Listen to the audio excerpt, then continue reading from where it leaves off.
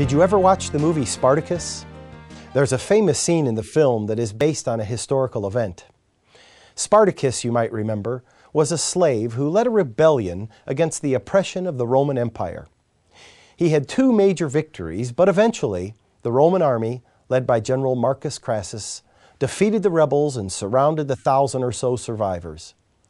Crassus then announced to the captured rebels that all of them would be spared the sentence of crucifixion if only they would identify and hand over Spartacus, whom the Roman leaders had never seen face to face. After a deafening silence, Spartacus stood up and declared, "I am Spartacus." A moment later, the rebel next to him stood up and said, "I am Spartacus." And then one by one, all the rebels got to their feet and shouted, "I am Spartacus." In the end, all of them were crucified. Certainly the story has been embellished by Hollywood.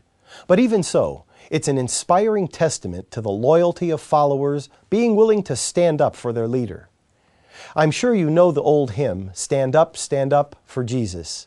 It's a noble sentiment, and most of us would like to think that we do that.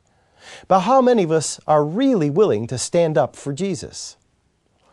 One of Jesus' closest friends and disciples, Peter, was absolutely sure of his loyalty. Just before Jesus was arrested, Peter told him, "Even if all fall away on account of you, I never will." "I tell you the truth," Jesus answered, "this very night, before the rooster crows, you will disown me 3 times. But Peter declared, "Even if I have to die with you, I will never disown you." Well, you know how the story ended. When Jesus was arrested, those who had so vigorously promised to support him to the end denied him or ran away and watched from a safe distance. But let's not be too critical. Would we have been any different?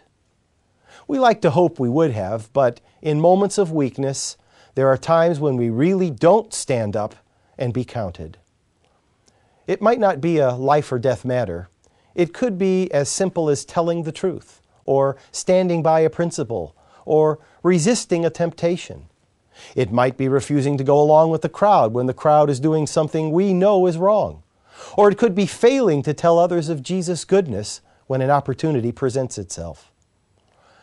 No one likes to be thought of as different, but being a follower of Jesus means identifying with Jesus and letting Him shape how we think and live. That might mean there are times when we have to be willing to stand up for what we believe, no matter what the consequences. We're all willing to sing, stand up for Jesus," but doing it can often be another matter. Peter had trouble at first, but eventually he became the rock of faith Jesus intended him to be. We might be having trouble too, but as we grow in Jesus with the Holy Spirit's help, our actions will eventually be consistent with our hearts.